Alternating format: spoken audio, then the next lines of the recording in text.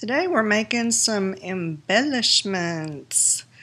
These are some of the things you're going to need.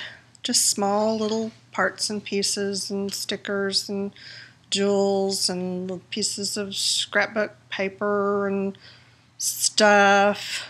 What I'm doing here is just taking what I call kind of scrapbooky clean embellishments and just kind of messing them up a little bit and making them look more mixed media. There's really no instructions, no how-to. So I'm just going to let you look at what I did. I just basically took some black pens and a few gel pens of different sizes and colors and traced, pretty much. A little doodling here and there, but nothing fancy. This video is part of a video hop that we have going on right now, and I got together with 12 of my closest friends, and we each have a little 10-minute video for you to watch. All you have to do when you get through with this one is look in the video description, and there will be a list of hop participants. Click on the first name in that link, in the first link in the list, and then you'll go to the next participant. Watch their video, click on the first link in their list, and go to the next one. And if you keep doing that, just clicking on the first link in everyone's list, you'll go through the entire hop with no repeats, and when you get back to my channel, you'll know that you finished. Easy breezy. And I really hope that you take the time to check out some of these channels. Some of them are brand new, some you will have seen before. But if you like what you see, show them some love. Leave them a comment, a thumbs up, subscribe, do the deal. You can see pretty much all these pieces I edge with black because it's just what I do. I edge in black. I don't know why. It just makes me feel good. They just look a little more finished with a black edge around them, and I really like that. So I just do a lot of edging. These are waterproof permanent drawing pens, and you'll see here in a minute that waterproof does not necessarily mean varnish proof, and that's okay, because when you add some varnishes and sealers, sometimes it kind of smudges the pen a little bit. And it also can make some of the ink run on some of the printed embellishments, and it just makes them look even more kind of messy mixed media. I really like what it does. This was just not good. I don't know what I was doing, but I just kept doing it. And I took it through to the end. I finished it, but I'm not crazy about it. And some of them I'm not. Some of them I am. That's okay.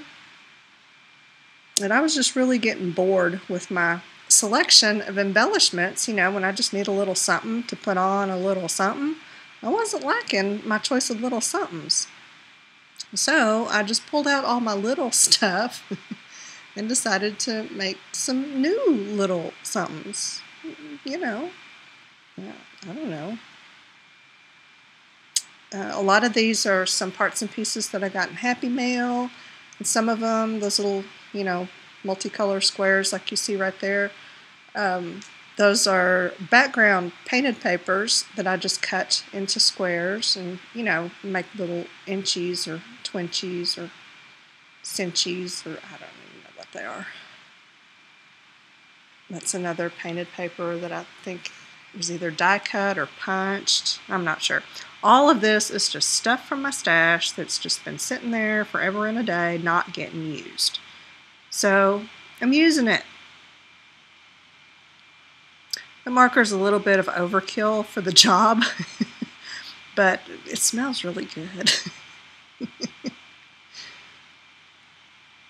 And you can see that I didn't do anything fancy or complicated, basically just followed the lines that were already there and just made sure that I did everything kind of squiggly and messy on purpose. Nothing's really too neat. I used some glitter gel pens and then some plain, mostly white gel pens. I used some paint pens on some of these. I don't recommend that because the varnish pretty much just melts it. So do the paint pen after your varnish. This is some Mod Podge sealer. It's made for like furniture and hard surfaces, but when you use it on paper, it just does the coolest thing. It makes it feel kind of like leather or rubber or something. It's kind of awesome. And this is some watered down polyacrylic varnish from the hardware store. It's diluted about 50-50, so it doesn't make it glossy and shiny. It just gives kind of a slight sheen.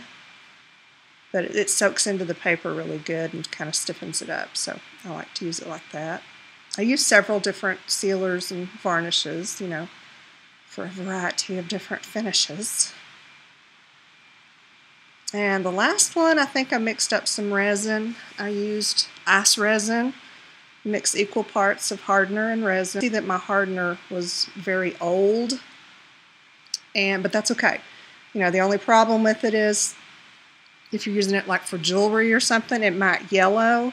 But for these, I don't care. Yellowing can actually be a good thing if, you know, you've got kind of a vintage deal going on.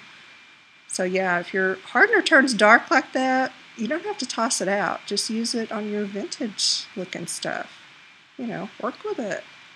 If you get bubbles, just hitting it with the heat gun usually just pops those bubbles right out. And I took mine outside in our 100-degree heat and left them for about 2 hours, and that resin was completely dry. It didn't take long at all. So I hope you got some ideas from watching this. There's some more pictures coming up here at the end. And don't forget to hop on over and visit my friends and see what they got going on.